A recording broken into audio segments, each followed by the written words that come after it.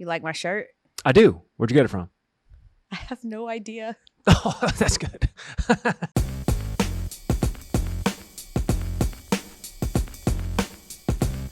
Welcome to the Elle Duncan Show, where I have found myself in a bit of a pickle. The hard life of Elle Duncan. Getting all these gifts, getting so many. Don't know who sent them. I am fortunate enough, as are you, Gary Streisky, to meet a lot of really cool people, to meet a lot of very well-connected people amongst various brands and backgrounds. Their LinkedIns are going crazy. Yes. I am 100% shameless about liking hookups. Most people like hookups. Straight up. Free 99 is my favorite price. Yes. Everything just feels a little bit better when it's free. Yeah. I clearly talked to the right person at something recently. Yeah. And for the last about 3 months, things have been showing up at Casa La Duncan. Just to the crib. I have been sent like 6 or 7 pairs of New Balance shoes. What? And then the other, and it's been great. I'm like so happy. I have no idea who this is coming from. It's like the New Balance fairy keeps dropping off shoes and I'm loving them. Wow. I'm wearing them. We're rocking them. Thank you to whoever you are. And then I get home from France. I went to France recently, guys. What? And I come home and I have this like, I have like a notification. It's like, you need to sign off on this box. Like we tried to deliver it. You know, it's one of those like threatening, like, how dare you not be home? You need to sign for this by box. UPS or FedEx. I don't know. Right. So I was like, okay. So I re-sign up. Box shows up the next day. Yeah. And it is a box of every dope, like Broncos jacket ever made. Hawks, Braves. It is clearly someone who knows all of my team alliances, allegiances. This is a box made for me with like I'm talking expensive stuff. That shirt. Not this would be the cheapie of the box. Okay. I'm talking Letterman's jackets with real leather. That's got like patching on it. Yeah. Yo, this is not bargain bin. Nah. Like this stuff didn't like trickle its way down to Dick's yet. Okay. This stuff is fresh off the assembly line. Someone sent me a whole box. It has to be like $1,000 worth. And I have no idea who it's from. There's not a return address? No. There's not a note that was like, Elle, love what you do, hate Nothing. what you do, whatever. Like what? Nothing. Just the gear just in the box. It's just literally I was looking for a note. All the gear just in the box. Interesting. It was just all thrown in there as if someone was like, let's just grab all the things that she loves and throw them in a box. Right and not sizes, identify right everything. Ourselves. Everything was right. And I'm like going back through my emails, like, who did I tell that my sizes to? Who did I say that I wanted all of this great gear from? And I'm talking about, it's like this has like the MLB tag on it. Like this is real gear, you guys. This is not Etsy. Huh. I would love for my fairy godmother to hook or up father. Gary Streisky size 11 and a half shoe. All right. I'm about a 33 waist. All right. Depending on the season.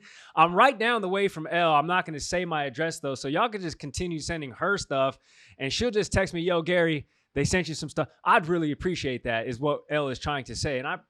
And that's what's great about you, Elle. And that's what's great about you is you're trying to bless me right now. Yeah. Once all the pimple patches and face cream show up, I'll know it's for you, Gary.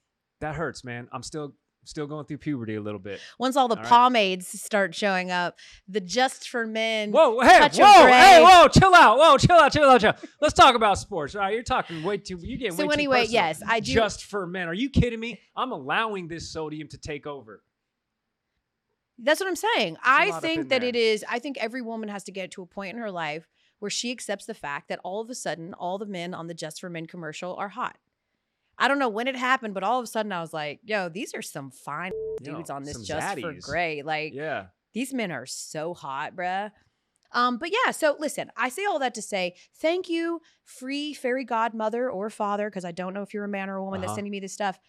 For the next few weeks, I'm just going to unveil all of these clothes that they sent me. They're not going to make any sense because most of them are jackets and sweats, but you're going to be like, yo, Elle, it's July. Yeah.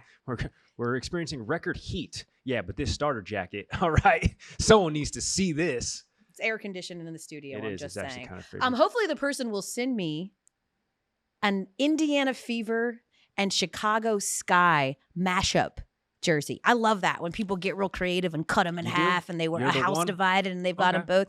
Because right now we get a chance and such a rare opportunity on this show to talk about the W in the way it was intended. I'm so excited. This is the basketball we've been trying to talk about, you guys.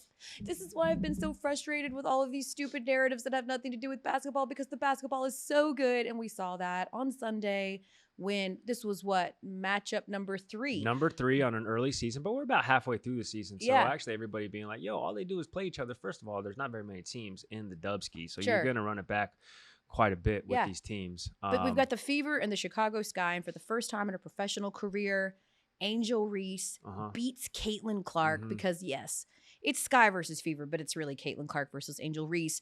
They set records the last time they met, which was like 8 days ago. Yes. Most watched WNBA game in like 23 years. And of course, we were lucky enough to get the follow-up in what was a fantastic game, because the Sky were down, like 15 points in the second half. They were down double digits the second half. It was ugly. Angel Reese literally takes over the game at the end of the game. Many people would tell you it's because Nalissa Smith said you're too small. She poked the bear.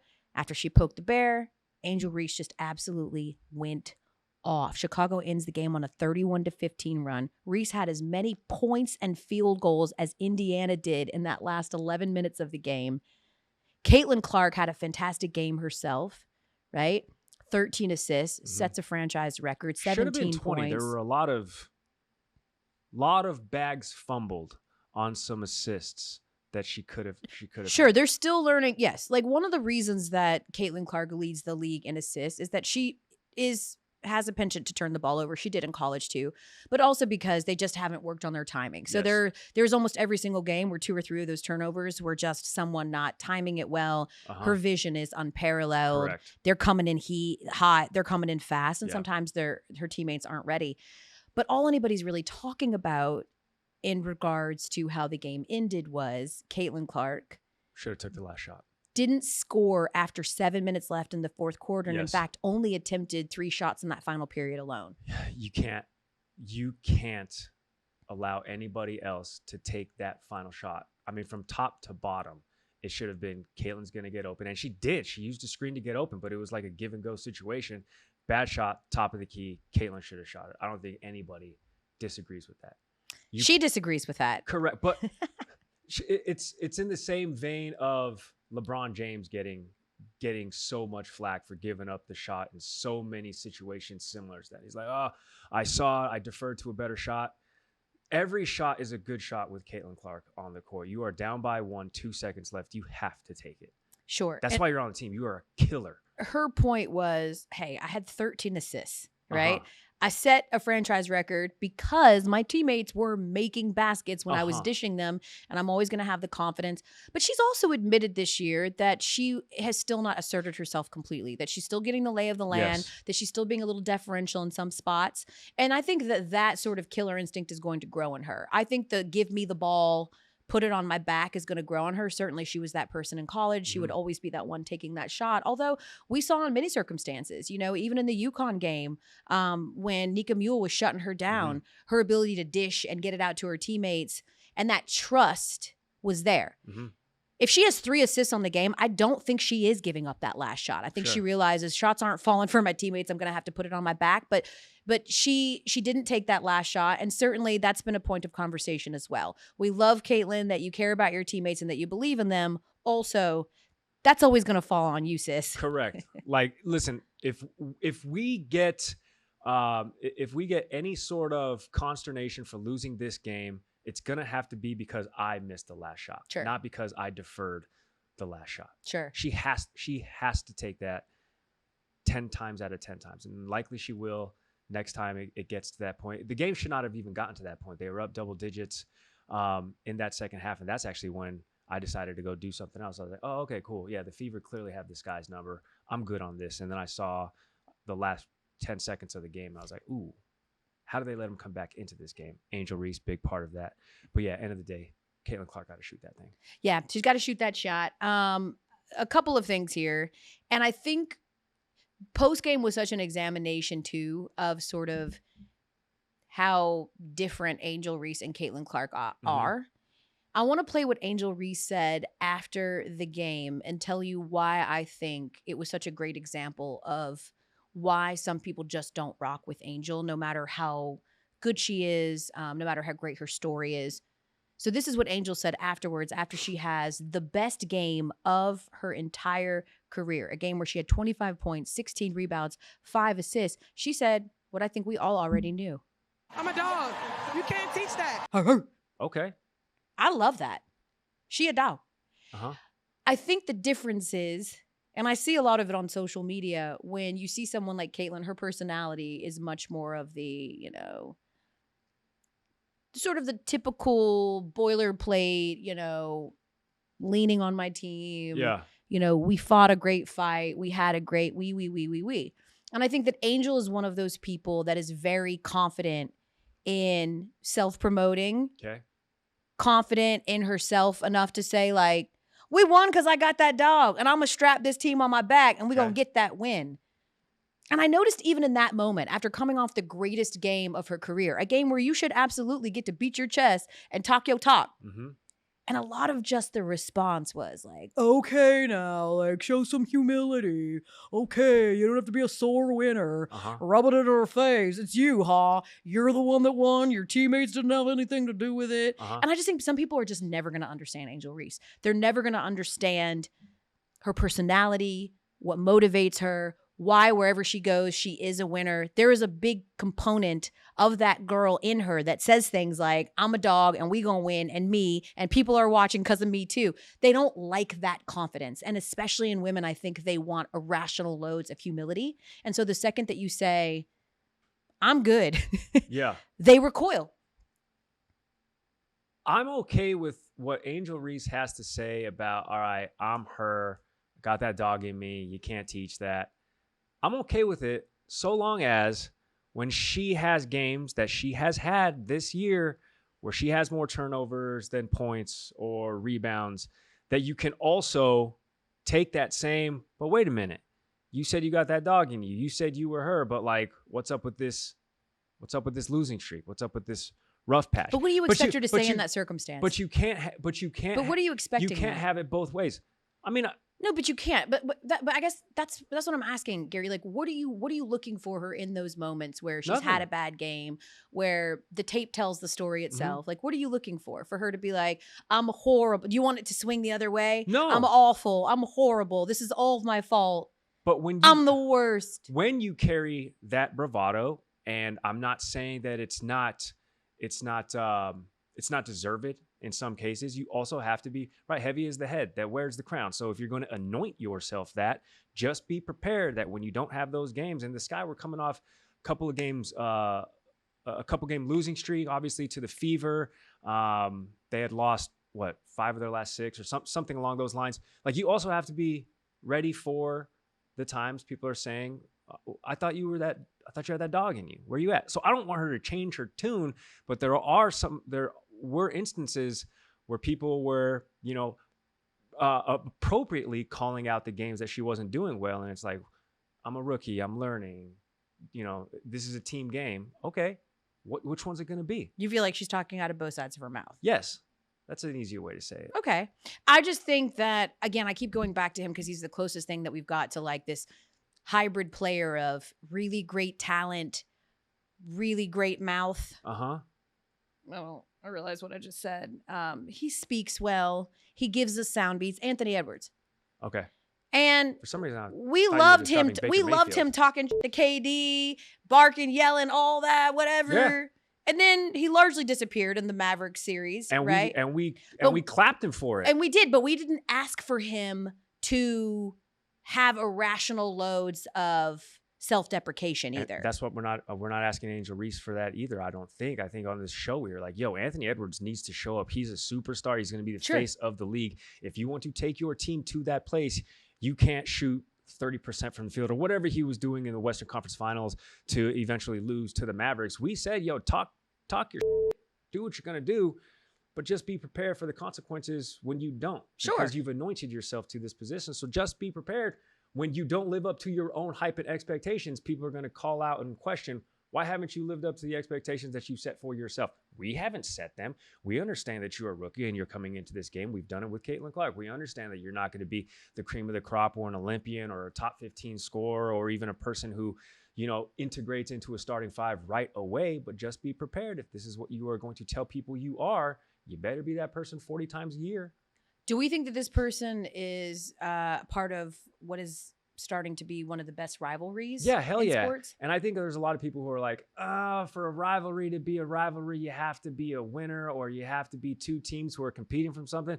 No, this is a personal rivalry. You just need some history. Yeah, and you have plenty of history in this. And I actually think having this rivalry begin where it's at with the fever in the sky being in the bottom half of these WNBA standings is only going to allow it to blossom into an even more heated rivalry with more eyeballs on it when these two teams actually get good. Yeah. Because there's going to be more than like personal stuff on the line. There's going to be playoff seeding on the line, standings, positions on the line. Hopefully down the road, a WNBA title on the line. You know what I mean? So this is great. Anybody who says this isn't a rivalry for whatever reason is tripping. This could be the next great one. This is really great too you're right. The stakes are always higher when you're talking about like a Lakers Celtics. Hell yeah. But these are two teams that are largely fighting to be, I think Andrea Carter said it last week, they're mid, right? Straight like up. These teams have they're less than mid. They're less than mid. They have some of the worst records in the league. They're bottom fourth in the standings. But I think that is important when we talk about growing the game, when we talk about interest being piqued. Yeah.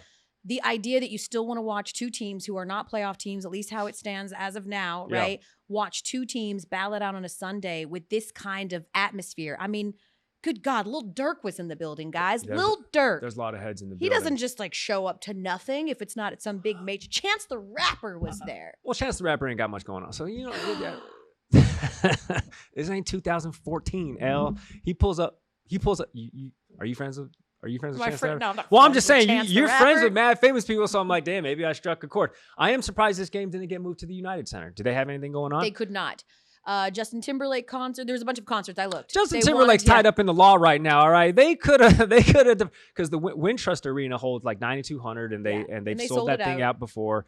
But I mean, you take the blueprint from what the Atlanta Dream just had to do and move it to Phillips. I mean, they wanted to move 17.5. They could have easily moved it to They were not able to. Got it. Understood. Okay. Yeah. So it was something that was definitely floated. They were unable to do it, so they had to stay there, which made tickets markedly more expensive, $350. So I think we've agreed that this is a great rivalry. It's great for the sport, despite the fact that they do play each other quite a bit, and there is only 12 teams in the W, so they play each other a lot. We're not going to see them play each other again until the end of August.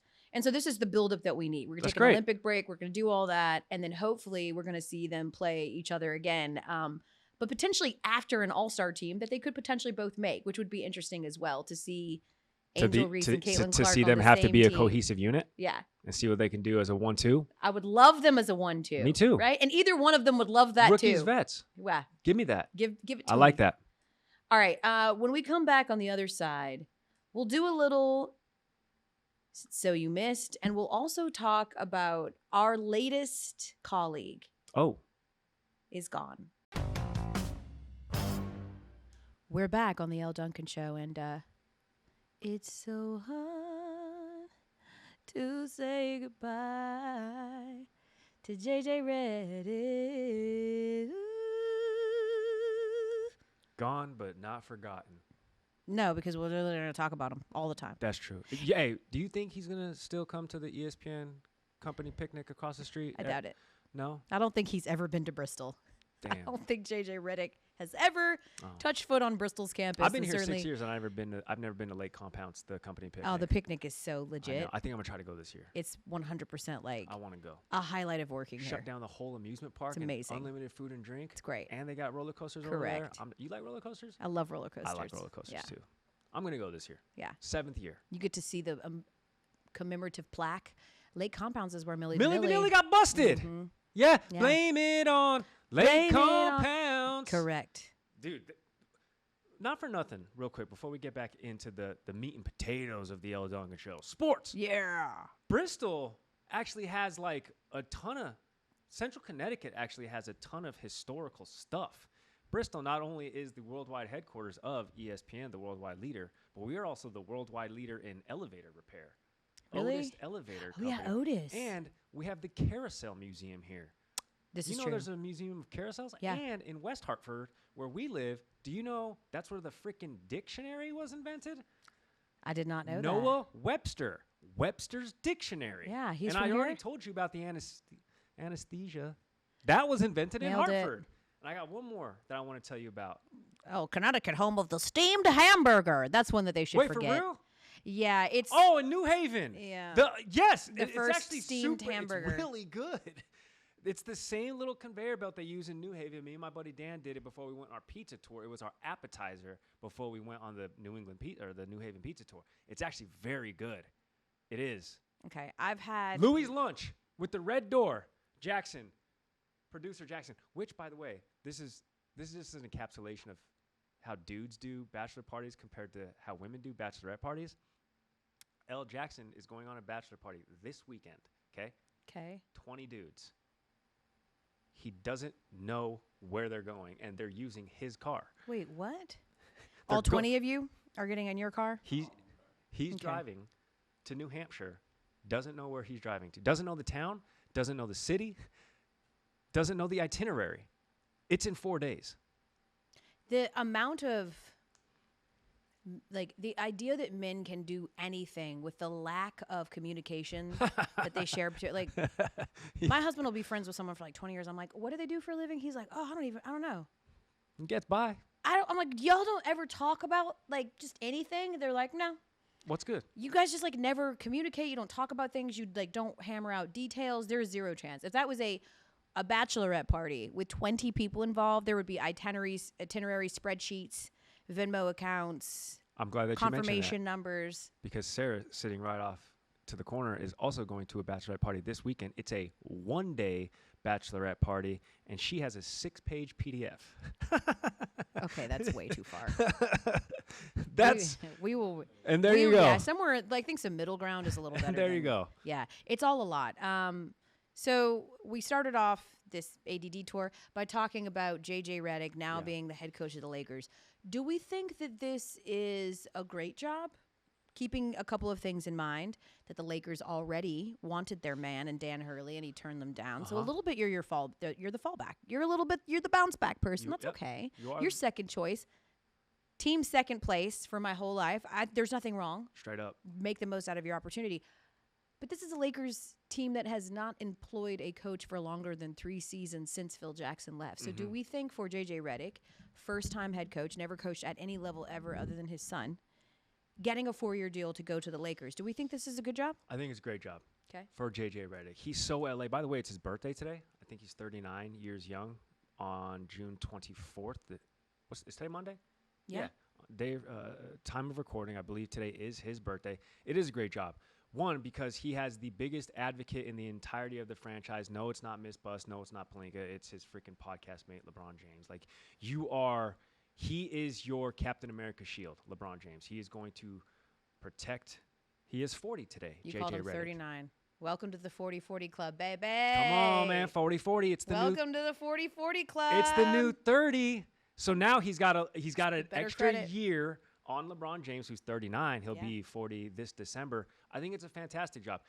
And listen, this is me just thinking out loud of any of the 4 major North American men's sports: football, basketball, baseball, hockey. I think basketball is the one sport that you can literally take a coach with no experience but does have a lifetime of actual playing experience. J.J. Redick was in the league 15 years. He missed the playoffs once. All right, so he has postseason experience. You can put them in a position like this and have them succeed, have them thrive. Look at Jason Kidd. He just took his team to the finals. I was going to say, we have so many examples. Steve Nash, Derek Fisher.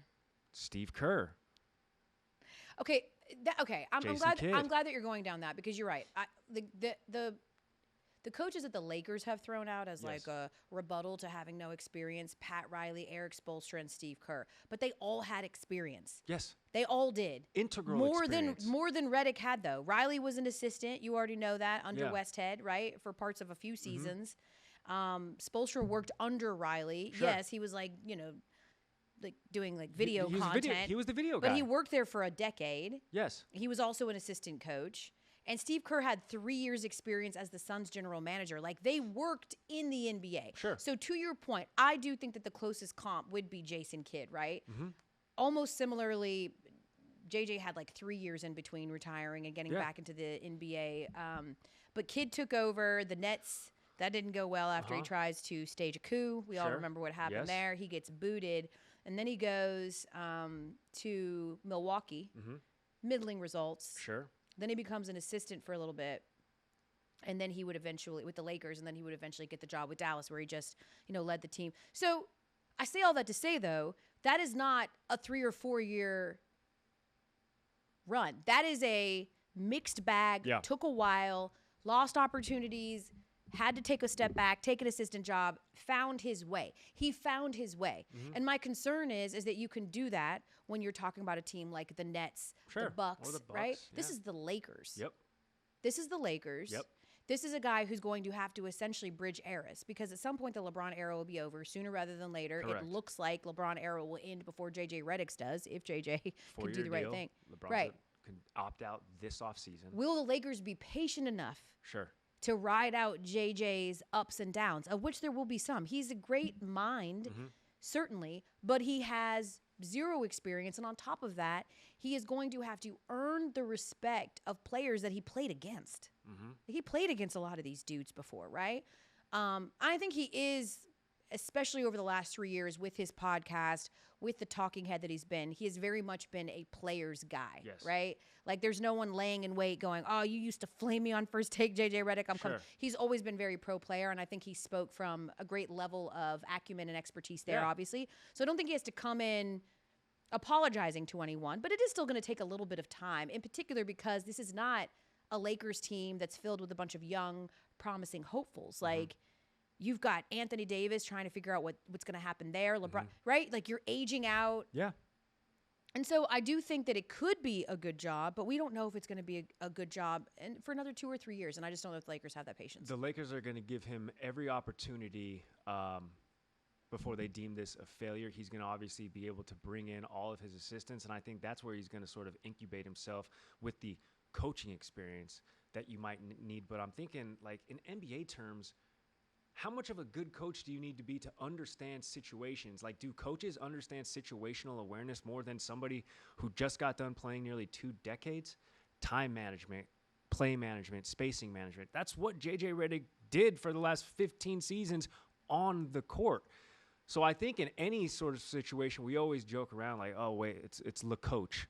LeBron James is your player coach, and these guys who are filling this head coaching position are just that, right? They're space fillers. Yes, they're the head coach of the team, but really everything runs through LeBron. I mean, this is going to be like a co-opt between JJ and LeBron.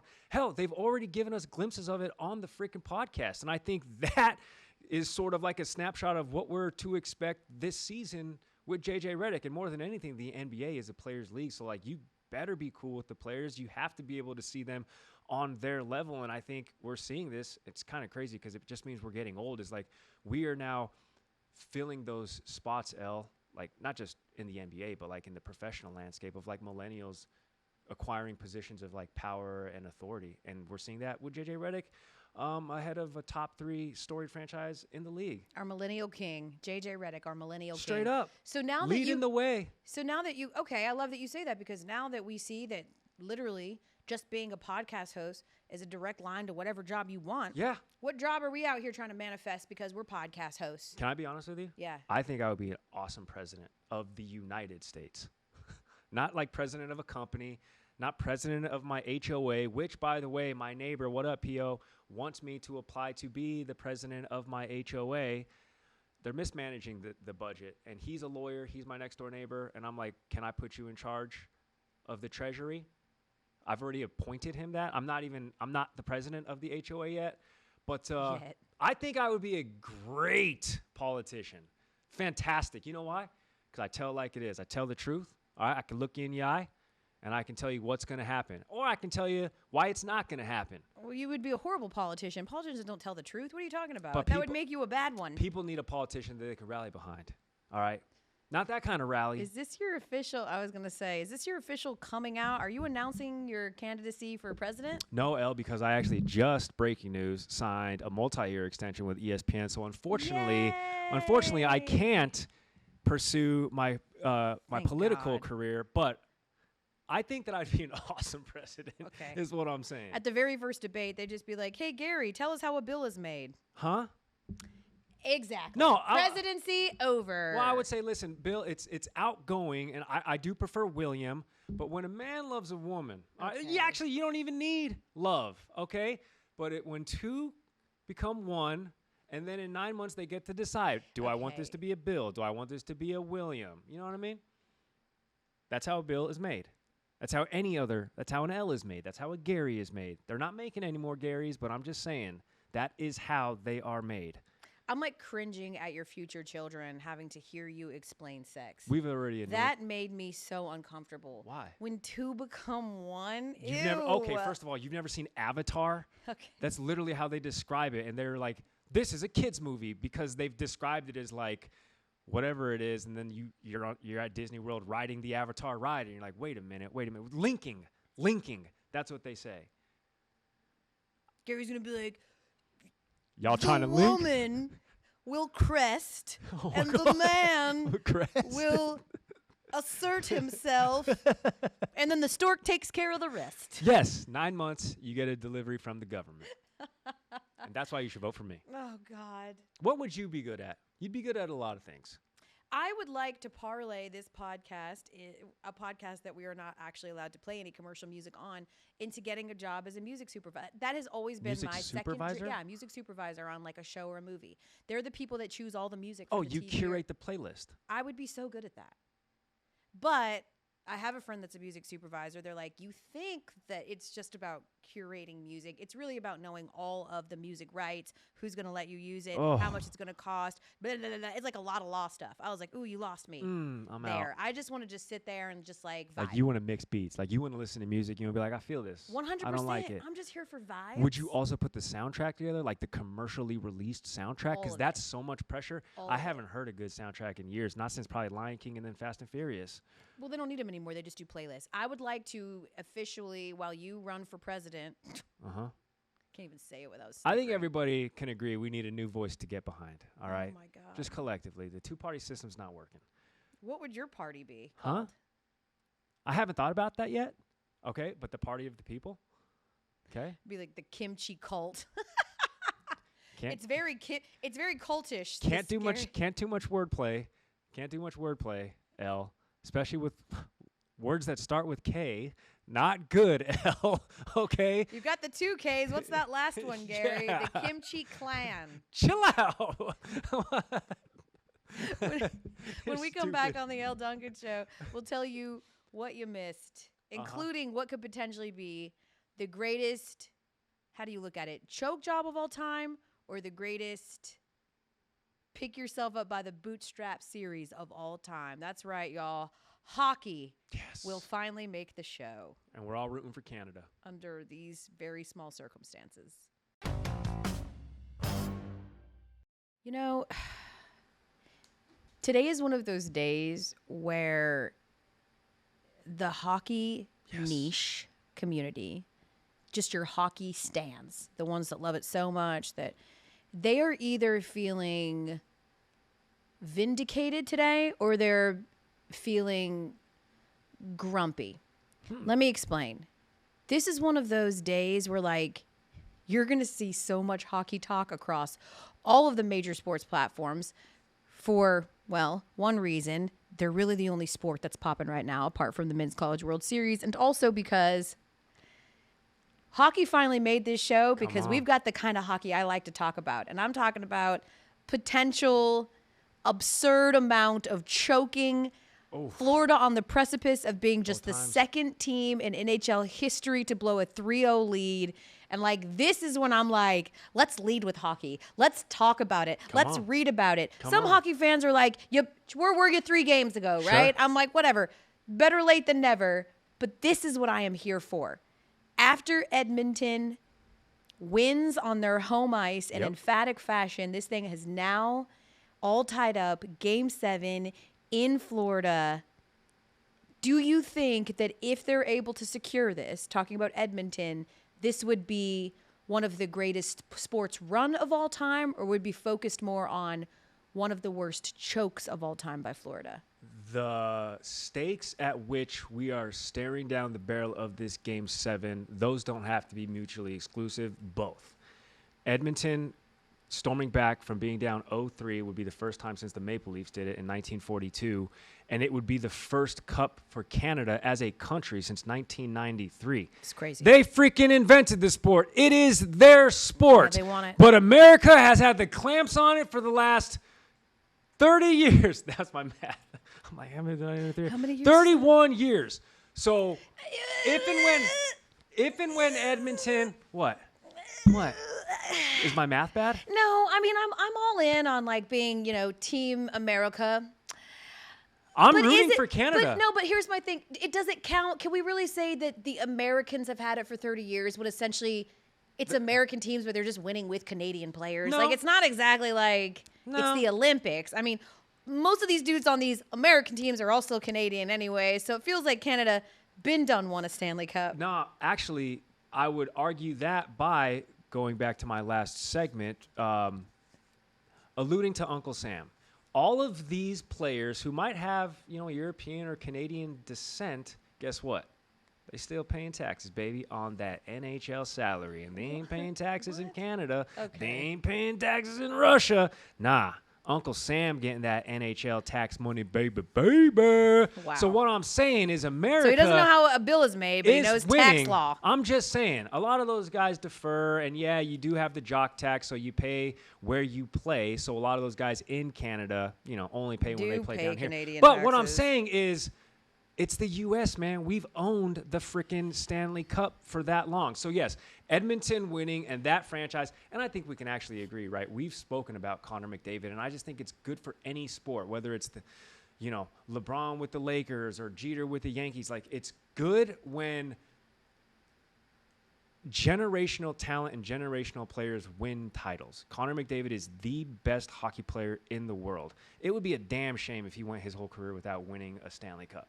Like, objectively speaking, he is the best hockey player in the world. Yeah, we're also still not at the point where we're going, he might not never win a Stanley Cup. I mean, he's a handful of years into what's going to be probably a great career. Well, he's played, nearly a decade, and I think the NHL playoffs are the hardest playoff gauntlet to get through. Sure. So, once you're here, who knows when you're ever going to get back, even though Florida, they were here last year and they lost, obviously. It would be a historic choke job by the Panthers in every measurable category. So Connor McDavid is already the favorite to win the Conn Smythe, even if they lose. He'd be the first person to win it, which, if you don't know, is the MVP, playoff MVP award in hockey. He'd be the first player since 2003 to still get the Conn Smythe on the losing team. I think it's great for hockey. I'm excited to see how it plays out. We love all the Game 7 tropes. I'll probably hit a couple of those on SportsCenter tonight. We also love, in case you missed it and on the way out, what we witnessed in London. London! And I'm not talking about all the soccer. There's soccer happening everywhere. Everywhere, Euros, man. We got the Copa America, we got the Euros. Don't sleep on MLS. It's a lot of soccer. But, of course, everyone was watching Wembley over the weekend because Taylor Swift was there. She was. And not only was she there, not only was the VIP tent. She brought the in-laws. Almost as VIP-ish as the Chicago Sky game. Hey, with Chance the Rapper and Lil Durk. A-list. So many A-listers just everywhere. Boom. But we also saw Travis Kelce come on stage and perform during one of her songs. And she fainted and he carried her off and it was a whole thing. And I got to be honest, I love this. Okay. And I don't normally. We've come a long way. Yes. Well, listen, no, we haven't come a long way. Stop that, Gary. Once I was proven wrong that they did have a real relationship, I've been on board the relationship this whole time. You have been. I've been all over it. I just like to bring it Yeah, no, back. I know. Well, I'm just saying. You would be a great politician. You can't let shit go. I'm just saying, like, I just know my timelines. Okay. Well, all I know is that was almost a year ago. Okay. I have, since being proven wrong, fully accepted and love the relationship, and I love how open and honest they're being. Yep. I love that they're living their best lives. I am the one that does cringe when I go to a wedding and I can tell that the bride has forced the groomsmen into some planned dance event. Oh. I had a friend do it. I was cringing the whole time. It's just when you make your man who is uncomfortable in these places do something out of his comfort zone, it can be incredibly cringy. Sure. To watch him try to perform and do a spin and like dance in tandem with you, it's actually the worst. In this situation, I like it because this is very much. He's a showman. He's an entertainer. This is right up his alley. Packed stadium every Sunday. Packed stadium. No big deal. Crowd's loving it. He's dressed up in his, coat and tails. I love this for them, and I love that they're just being so open, and they are an entertainment family who is 100% living up to that. I love it. I'm here for all how public this is, despite many people believing that it's too much. And that it is, in fact, a stunt because they're so public. No, I don't think so at all. I love it. It's great. But have we reached the point with this relationship that if it doesn't end with that ring, with a little baby Kelce, will the masses be disappointed? How do you ever recover from this? Well, yeah, because this is the most they've ever been out. Straight up. Like she even before, Joe Alwyn, that was 6 years. That's what I'm saying. Tour? Yeah, like they're so out. They're so synonymous with each other now at this point. Even her ex-boyfriends before, she would just like walk red carpets with them, but they rarely. Who's that? Went to here. Like who's that? Well, she has had a few. I know. Calvin Harris. But I don't the Jonas like the brother. guy from the 1942 or 1982, 1992. 1972. There you go. I knew it was a 2. The 1978? I didn't know who that was. The 1975. I didn't know. 1975. I knew it was in the 70s. Great Sometime decade. in the 70s. Listen, here's the thing. Sarah brought this up to us. You know how serious it's gotten. Hard launch. Everybody know they're together, but he's on the grid. She finally put him on the Instagram. Was the first time that he made the actual grid. Yeah, and people are saying, was it a troll of her ex who is British? Everybody knows that. Joe Alwyn, because the first picture on the grid with Travis is with the royal family. Boom. It is with Prince William and his children who came to the concert. Straight up. You know what? I love this for Travis Kelce. This man has always been a great football player, but he was just like another sort of B celebrity doing his thing on the dating shows. Like, he was reaching like Gronk levels. And now this dude is like an A-list star hanging out with the Royals while his girlfriend is like the biggest star on the planet. I love this for him. This man has elevated his life in a way. He said last week, I'm just really loving life. And I was like, that is the best way to describe it. How can you not? I mean, yeah, dude. Life is good for the Kelces. It don't suck, bro. Are you kidding me? Yeah. Is he one of the most famous people in the world now? Yeah, he is. Because he's the boyfriend of the most famous person in the world. We talked about this when Tom Brady was with Giselle. And I used to ask people worldwide, who's the most famous one? And there would always be great debate. Like, well, in America, it would be Tom Brady. But I would say that 80% of the rest of the world would just say, that's just Giselle's husband, right? Because Giselle was more famous. Yeah. We can emphatically say Taylor Swift is the most famous of them. But he has now become such a big part, obviously, of her life. That he has become one of the most famous people on the planet. He is an A-lister and not an A-list sports star. Yeah, he is now an A-lister. Like security detail when he goes places, like for himself. Yeah. Like that's crazy. Little Travis Kelce. Who like knew? He probably don't even talk to everybody on the team. Like everybody on the Chiefs. Like he probably don't even, like you probably got to set up an appointment. Like Russell Wilson. Like, hey, I know you're my teammate, Travis, but like, can I get a minute of your time? No, he doesn't feel douchey in that way. Oof. It doesn't feel like a thing that he would do Start at all. reaching those levels, you know You what I'm never saying? know. He probably gets free stuff all the time, you know what I'm saying? Y'all got a lot in common, Elle. He probably knows where they're coming from, though. I don't know. He probably gets quite a bit. All right, now that we've reached the end of the show, it's time to do a little something that we like to do, at least for one other show previously. It's just something we're trying out here called What We Learned on the Show Today. Yes. I made a list. So, Gary, why don't you share with the people, in case they missed any of it, what you learned today on the Elle Duncan Show? I got to change my password. It's freaking 16 characters. Yeah, it's the worst. I'm like, dude, if you want my information that bad, please just take it. 16 characters. I learned that I would appoint you to my political staff, if and when I assemble one, as the CEO of entertainment. That's pretty bad. Like, that's a cool title, right? Is that a government title, though? A CEO? If I'm the president of the United States. You should make me a czar. A czar? Yeah. Supreme leader of entertainment. Ooh.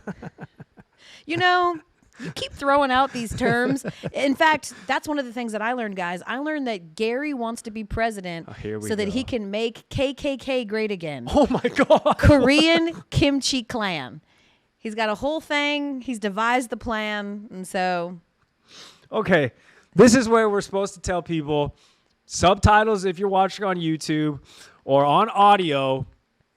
Everything that we say here is a joke. In jest. We don't mean it. It's in jest. And Elle has full carte blanche of anything she says. She's the name on the graphic. Anything she says, any beef with it, you can point to her. You can take her to kangaroo court. Speaking of beef, courts with a C in this situation. Speaking of beef, we agree that Caitlin Clark, Angel Reese have already entered into being a top 3 rivalry in sports. Ooh. I'm giving them top 3. Can I name the other two Yeah, what are right the now? other ones? No, can't. Oh. Can't right now. Can't right now. Bill Belichick and dating somebody in his generation. Maybe that's a rivalry. Okay? In his demo. Bill Belichick versus septuagenarian women. There it is. Septuagenarian. That's the word I was looking for. He's in his 70s, right? Can we confirm Bill Belichick is in his 70s? He's got to be. I think so. I think you're right. 72? Yeah. Is he 72? For some reason, that number sticks out to me. 72 years old. Oh my! Hey, there we go. Hey, Bill Belichick, don't anti-septuagenarian. Don't hate the player. And then you got one more? I learned that Gary, for no reason at all, decided to force Chance the Rapper to take a few strays. That's crazy. This man's just out here living his best life, supporting women's basketball, and Gary's out here talking about he ain't got nothing going on and he had all the time in the world. Okay, hold Unreal. on. Check the tape. As if it's so easy to just make a hit record. Okay, Gary. first of all, I would say that this is slanderous, and I would hold you accountable in a court of law as per the law. All I said was when you were saying all these A-listers and you said Chance the Rapper, I said that was an interesting choice to marry the two. In Chicago, okay, yes, you said you're he right. had plenty of time to come to the game because I said he he doesn't got have some anything time. going on. Court record says it was harsh. Okay, fine. I'm moving on. Last thing I learned about you is you haven't paid for anything in years. Well, must be nice. Total shit. Nah, it must be nice. I haven't paid for any sports gear or tennis shoes. Confirmed in about a year or so. They're getting to the point now, too, where they keep sending me the same shoe. What? And you guys, if you want the eBay link, just shoot me a little tweet, all right, and I'll send y'all Elle's eBay store. It's chock full of stuff that ain't never been worn. Okay, just brand new tags still on it. You can get it at a heaping discount. Yeah. And I got you. And you know why I can do that for you? Because I'm Gary Streisky, and that is my promise to you. Oh, God. That's all I got, Thanks for watching the Elle Duncan Show. Hurry and tell your friends before Gary leaves us so that he can become a political pundit somewhere. I'm not worried. I can't leave.